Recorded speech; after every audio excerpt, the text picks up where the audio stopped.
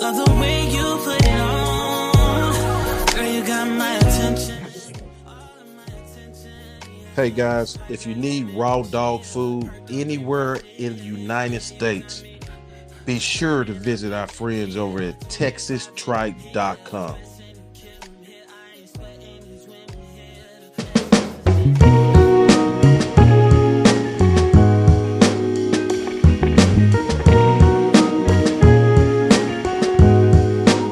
Welcome to NWA Connie Corsos podcast, where we talk all things dogs.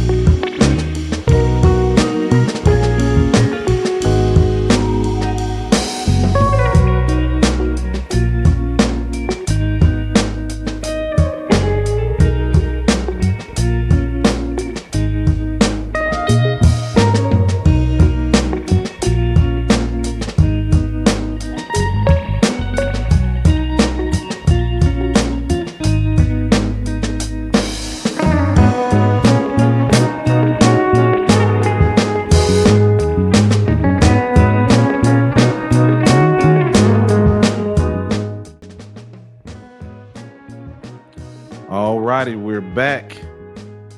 This time joining us is Mrs. Ellie Miller, a highly experienced service dog trainer and the president and co-founder of the Working Animal Guide Society of Louisiana, or WAGS. Ellie has dedicated years to training both pets and working dogs, and her passion for empowering individuals through service dog is truly inspiring. Hey everybody, welcome Mrs. Ellie. How you doing?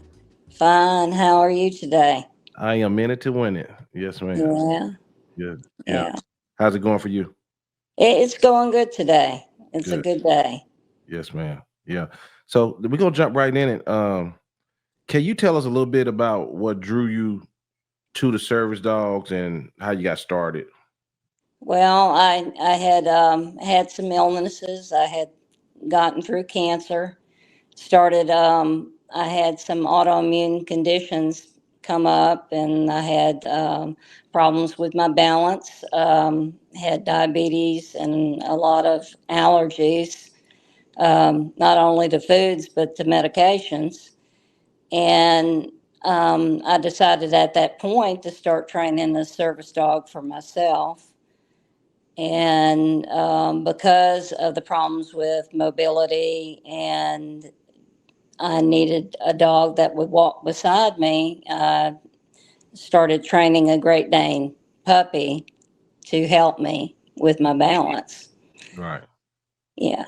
Yeah. So you wanted that size, as we were speaking earlier. You needed a big dog, right? Right.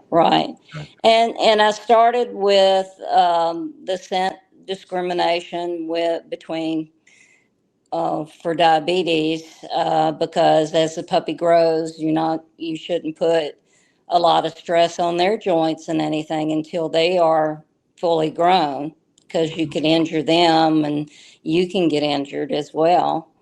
So I started early, and then after a while, there were other people that were trying to train their own dogs as well and needed more guidance. And they had trained quite a few dogs, but they were different breeds. They were like Dobermans and Rottweilers, and we had a toy poodle in the group, but we also had pit bulls and other dogs. Right.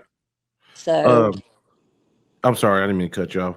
that's, You trained. I thought I read somewhere you trained a wide variety of animals. yeah. Before you did the service animals, or what? Yeah, yeah. Oh, okay. I actually, um, from a young age, I had ridden horses and trained, Hmm. and basically did a lot of trail riding. I didn't do show, but I did trail riding. Also, I worked at uh, pet stores in the area, became a buyer for Grecos, and did a lot of different things with different types of animals. Hmm. Gotcha. Yeah. And then so I also read you co-founded the Working Animal Guide Society of Louisiana in 2010. Um, Right.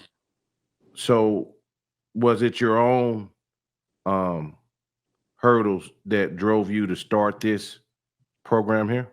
Oh yeah, yeah, Okay. it did. I actually, um, with all doing this and getting involved with the other people and helping them train, we got a group together to decide on a name for the group, Hmm. and basically coming together for bylaws and everything that we would do, and the goal being that we would basically get together and we would try to help others that had no idea how to train their own animals for service dog work to do it, because we were gathering information from others who had done the same thing before, Hmm. and helping people in the area. At the time in Louisiana, there wasn't anything at that time for people that had service animals to have trained. You had to go to an organization that was out of state. Mm. Now there's quite a few, and there's quite a few private trainers that will help you, but it's very costly. And we, through a fee per year, basically, as a membership, would help people to come in after we evaluated their dog to see was it viable that the dog would be able to be trained. And we had connections to animal control and different rescues that we would have lookouts for people looking for dogs that would be able to do service dog work. Mm. And a lot of times people will think, they'll look at a dog and they think it would be okay for that dog to do it because it's friendly and all that. It's not necessarily good that they're overtly friendly all the time. You want a dog that's going to do their job, and, nobody will completely interfere. Of course, over the past 15 years, people have learned, don't touch the service dog, don't distract them. And a lot of times, what we were doing at first is we were educating some kids, any kids that we could, through outlets and going to libraries and stuff, because the kids will tell the parents and the parents will learn. Yeah, yeah. That's Yeah, why you see all those signs about don't touch the dog's doing a job. Even when you go to dog shows, people at certain times they don't want you to touch the dog, because right, they are right, doing a job at that point. Yeah. right. Um, so what unique needs did you see or uh when it come to people needing service dog? Was it some commonality, say as far as health issues or whatever kind of issue it may be, where you said we got to address this because it's a lot of it going on? Yeah, there was a lot more with the wars that they had with servicemen and women having PTSD, and even uh, in the general public, people have PTSD, and people Yes. don't understand that they do as well. A lot of times, veterans administrations will pay for dogs for people that are in the services, but for the general public, there's no outlet and nobody to pay for a service dog for them. And if you have an organization that you can get a dog from them, but people don't have the support group to raise the funds for a service dog, they just can't get one. The price of them has gone up steadily, because the big thing is when they have service dogs they're training, they don't necessarily they'll have quite a few that they go through, and the the failure rate is high on the puppies that they may or may not be able to take and do the job. And at any one point, the dog can fail. They can go through all the different phases, and then all of a sudden they decide, I can't do this job. You can't make a dog do a job that they don't Don't want to want to do. do. Yeah. Yeah. Yeah, Good I was point. just saying, my service dog just came up to me and nudged me. Oh, really? Now, Yeah. what kind of service dogs do you got? I have a Great Dane. Oh, the Great Dane. Okay. Okay. Yeah. Yeah, she's Yeah. basically the third Great Dane service dog I've had, and Okay. she's out of a second generation show Uh-huh. dog service dog. Oh, okay. Cool. Cool. Yeah. So she's the third one you train, or of yours The personally? third, and Okay. I'm on a fourth currently, but she is an older puppy. She is a year and 101 pounds. Oh, okay. So at this point, my health with my muscles and my joints are a little more advanced, and I need more help. And I actually have other people helping me to do things that I used to do on my own, and I could help people train and sit in a chair and go through lessons. But now sometimes, I'm not able to do everything. Yes, ma'am. Yeah. So, personally, how young do you want a dog when you start to train? Um, I started very, very early because I had the dogs raised in my own home. And that's Okay. what they do if you are in a organization that raises them. They will start, if they're an alert dog, from they can start from when they're born to do scent discrimination and do different tasks that they learn. They can start scenting almost right away. But in between 8 to 10 weeks, they can be picked, which was the last one that I had with me. She's 7 years old now. Um, she basically, I started at that point.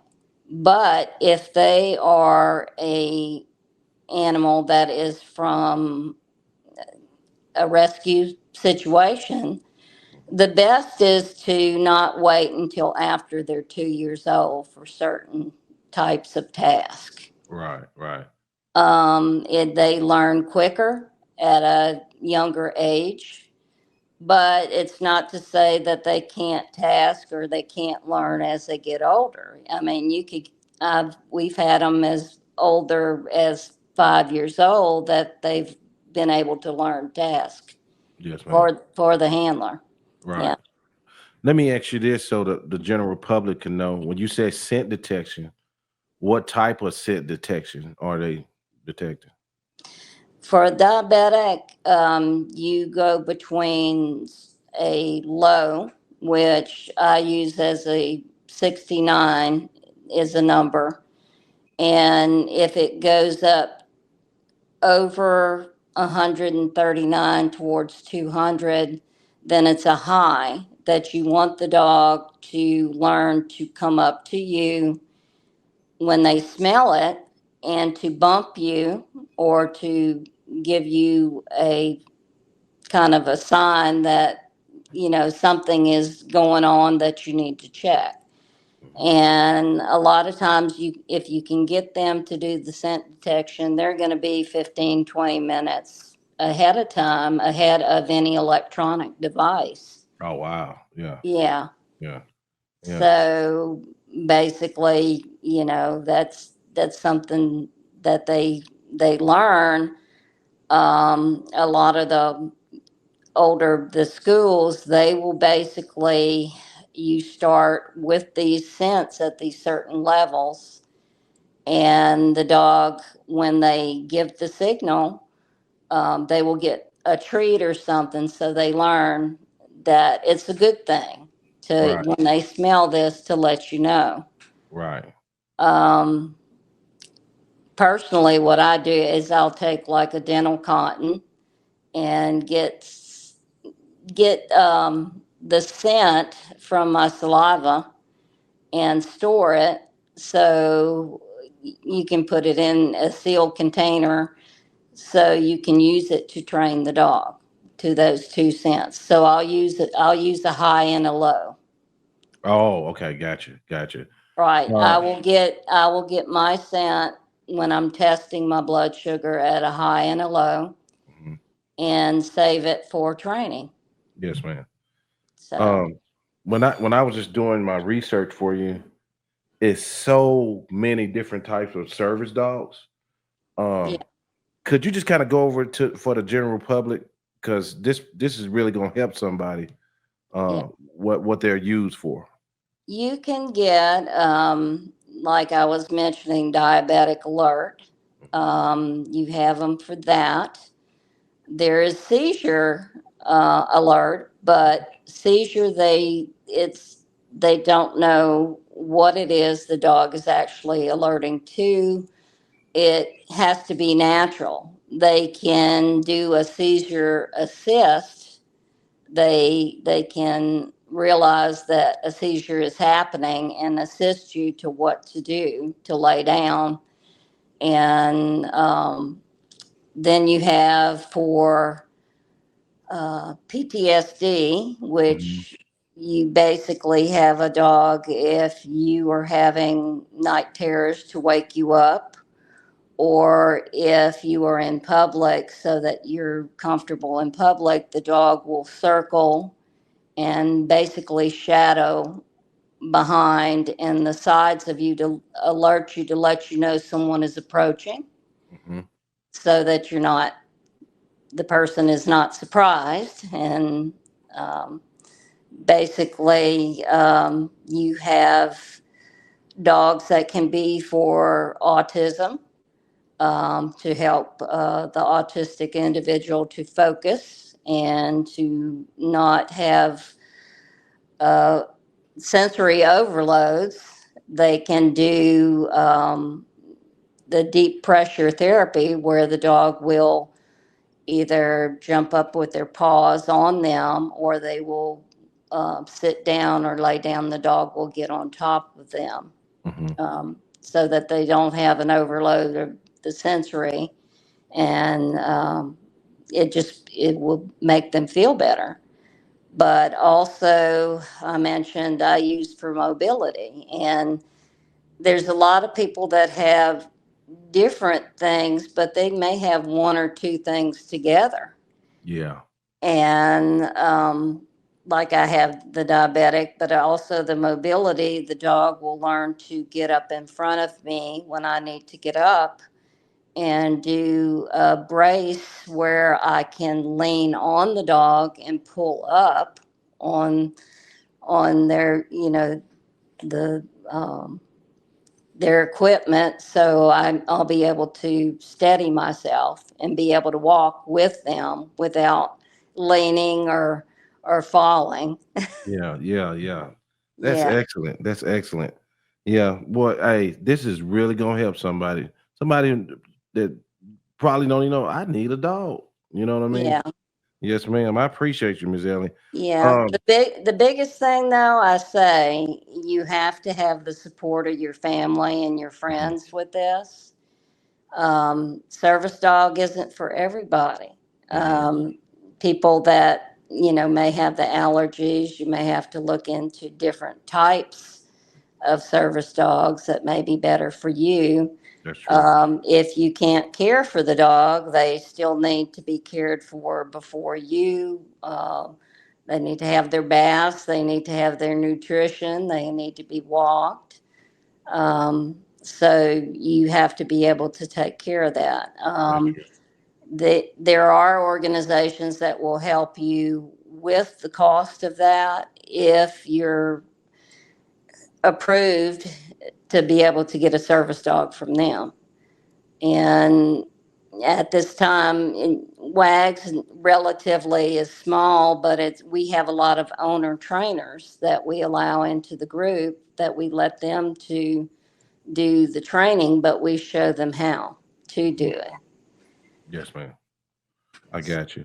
So as you was going through the different types of service dogs, I wanted to ask this question just so I can clarify it, kind of like I'll say legally. Look at me talking about legally.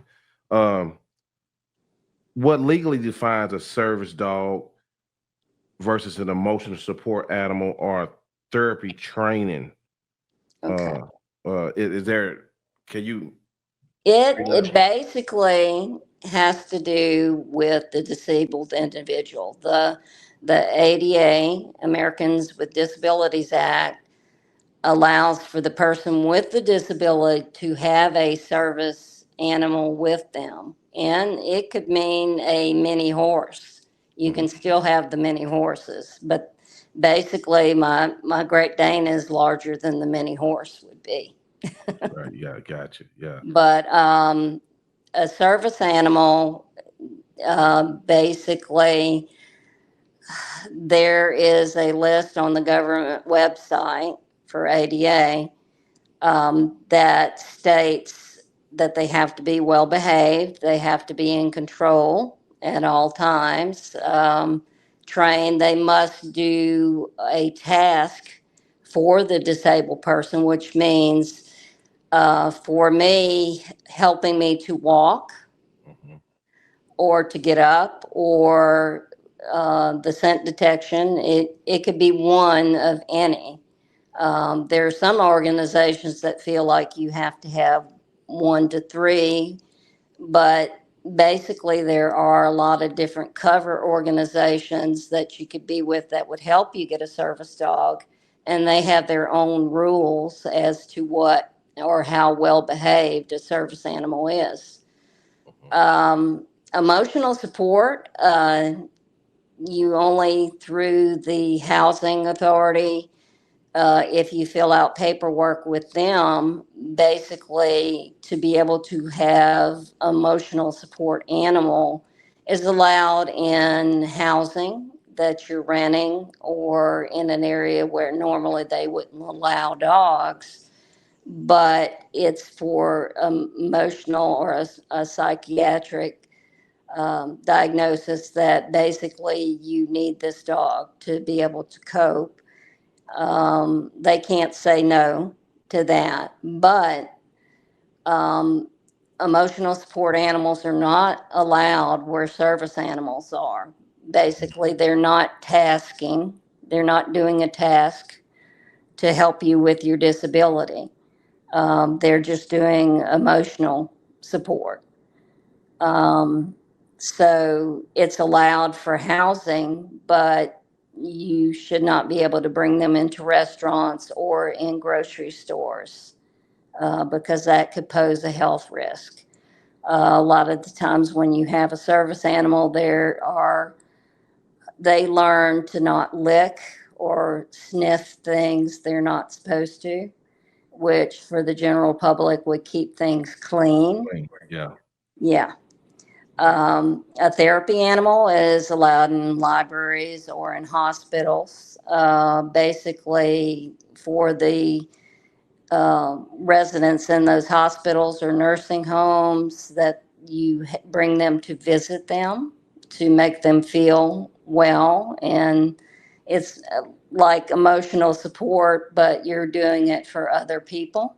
Mhm. And recently, there's people that do this for dentist offices. They'll bring them in. Also, in funeral homes, if someone needs them to be able to be petted. A lot of times, I'm friends with a funeral director in the funeral home I've gone to with my service dogs, and at the time, I allow them, people that I know and are in there, to be able to pet when I'm stable or I'm seated, that, it's okay at that point. I Yes, ma'am. say that they can pet the dogs and it makes everyone feel okay you know, and it helps them to cope. But the therapy dogs are the same as the emotional support. You cannot bring them in the grocery stores. You cannot bring them um, into places that service dogs go to. They're basically invited by directors or people who are with the libraries or the facilities that allow you to come in. And basically, come here. Okay. I, Okay. I wanted you to see Sapphire right here. Yeah, let's meet her. This is Whoa. Sapphire, What's up, baby?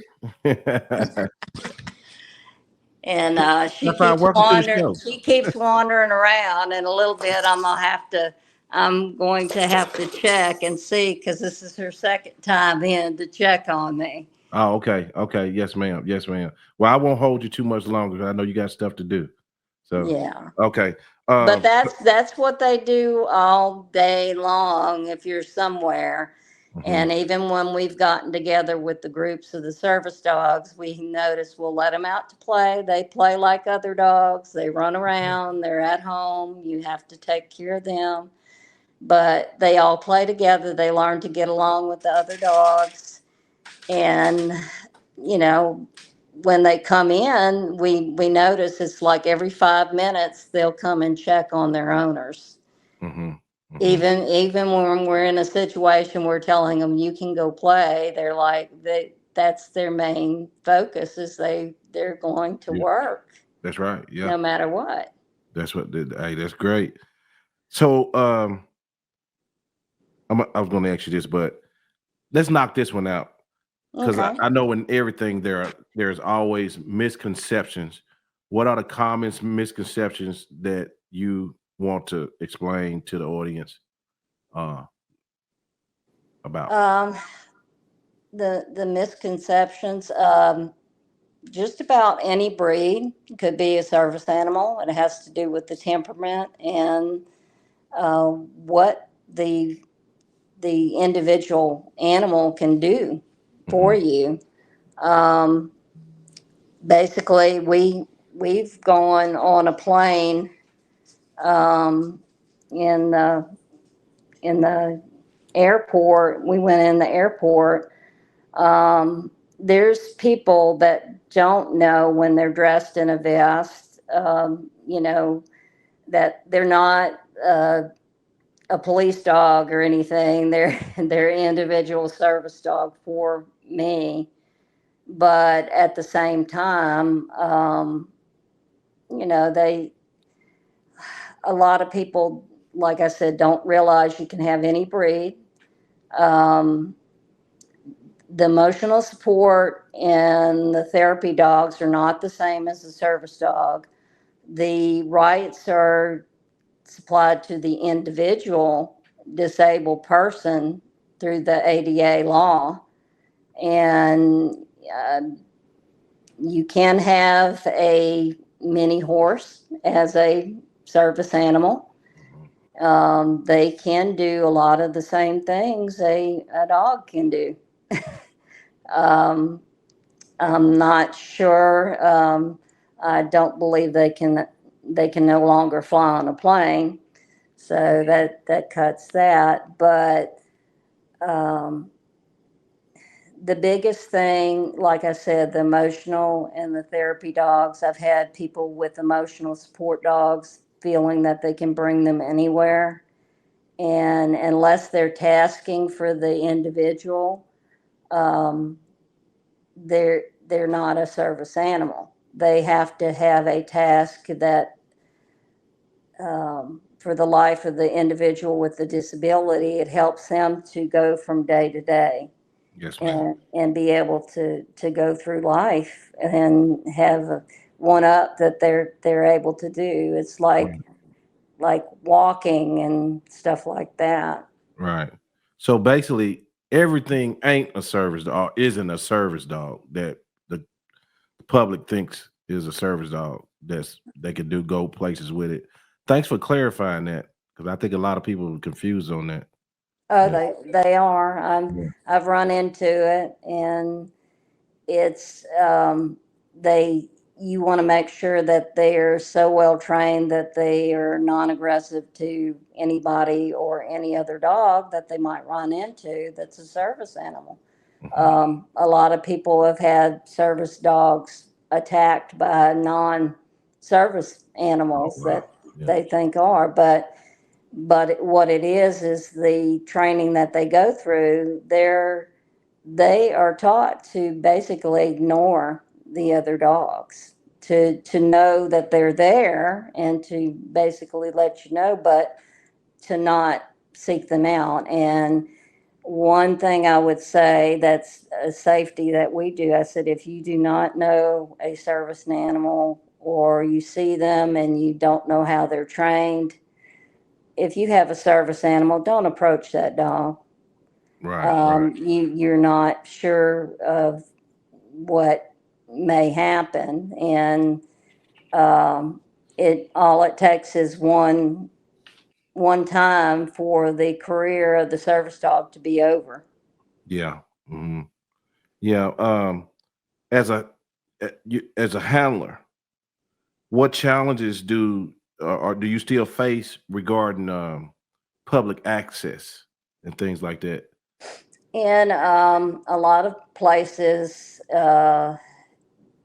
basically, if they are not, I'm just saying that you can't fix if somebody does not want to learn Yeah, something. that's true. And I've gone in places I've had to push my way in because saying if I can't go in, I can't do what I need to do. If I can't bring my dog with me, and the law requires that you allow me access with the dog, and it's given to me, basically afforded to me. Um, I think a lot of businesses and all have had problems with people confused on the emotional support and therapy dogs being able to go everywhere. So if they've had a bad experience with the dog coming in, and you know, knowing that, you say, well, you have a reason to question, but there on service dogs there is no legal certification for a dog. The ADA law is very vague. It affords the ability for a disabled person to bring a service dog with them, but it does not state how well trained that I mean they it there are rules as far as other organizations how well trained it should be. I say that basically once you get to the point that you're teaching task, it's almost like doggy college, that the things that they have to understand and learn. Hmm. And if you are disabled and you have a dog that's emotional support, but you could get a service dog, go those extra steps to make sure that that dog is well behaved and trained, and it can be a service dog. Gotcha, gotcha. Yeah, Now, does the laws apply to the state or is it a federal thing? it's a federal law. Okay. So it's over any state law that you have. Um, some states allow for service dogs in training to come in and go anywhere. Since I'm part of an organization that we work with people and individuals we're a 501c3 and we work with individuals to train their dogs to go in public settings. We go on outings where we bring dogs with us with other people and work with them. Yes, ma'am. Oh, So it's allowed. I would say if you're seeking to get a service dog, look for a professional. Look at the credentials and look how long they've been doing it and who they're associated with. I'm associated with all different obedience clubs, breed clubs, also service dog organizations where they have come up with obedience that they believe that a service dog should have.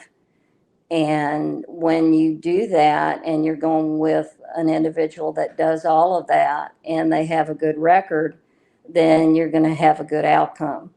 There's been people that have paid people to do service dog training for them, and it can be very costly, and the dog doesn't do much. Yeah. Yeah, Yeah. Unfortunately. I want to ask you this because I know you gotta go, and I appreciate your time so much.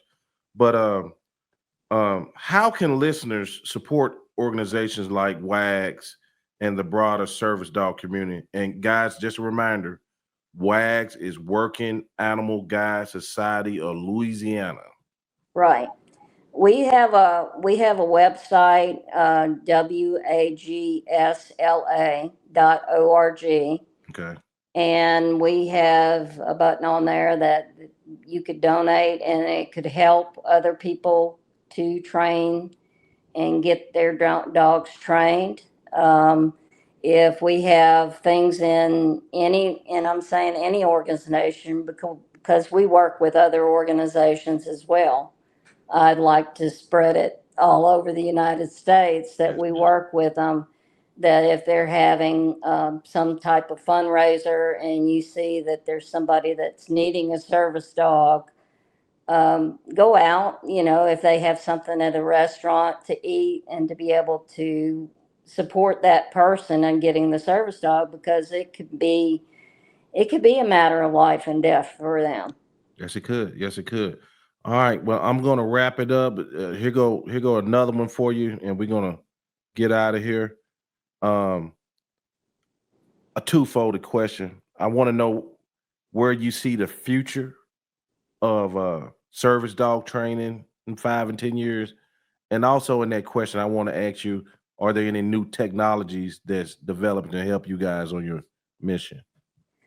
There's a lot of new technologies, a lot of vests that they have for the dogs, and it's not required a dog has a vest, by the way, but a lot of organizations put the vest on so you can look at that and know not to pet and all of that. But Mm. they have them that the dog can actually pull something to be able to call 911, to be able to get help. If you see a dog that's going to somebody, usually they know who's in charge. Mhm. But if they're wandering around a place and you do not see the person with them, they're looking for someone to bring back to their owner for help, to help them. The future, a lot of times, I see a lot of new organizations coming up and new trainers. You're going to see a lax in that you're not going to see as many because it's hard work doing that, training the dog and working with the people. And basically, our organization, I've turned it over to a new trainer, a younger trainer that has not as many problems with her disabilities as I do, so that we can work with others. I still oversee and look at everything that they're doing and help to work with them. Um, there's organizations all over the United States. I'd like to see us kind of all get together and decide what we need, basically, on these rules for all the dogs. I don't want to see one organization doing everything and one making all the rules. I'd like to see kind of a get together of everybody Yes, ma'am. and to make it better for the people who need the service dogs. Yes, Yeah. ma'am. Okay.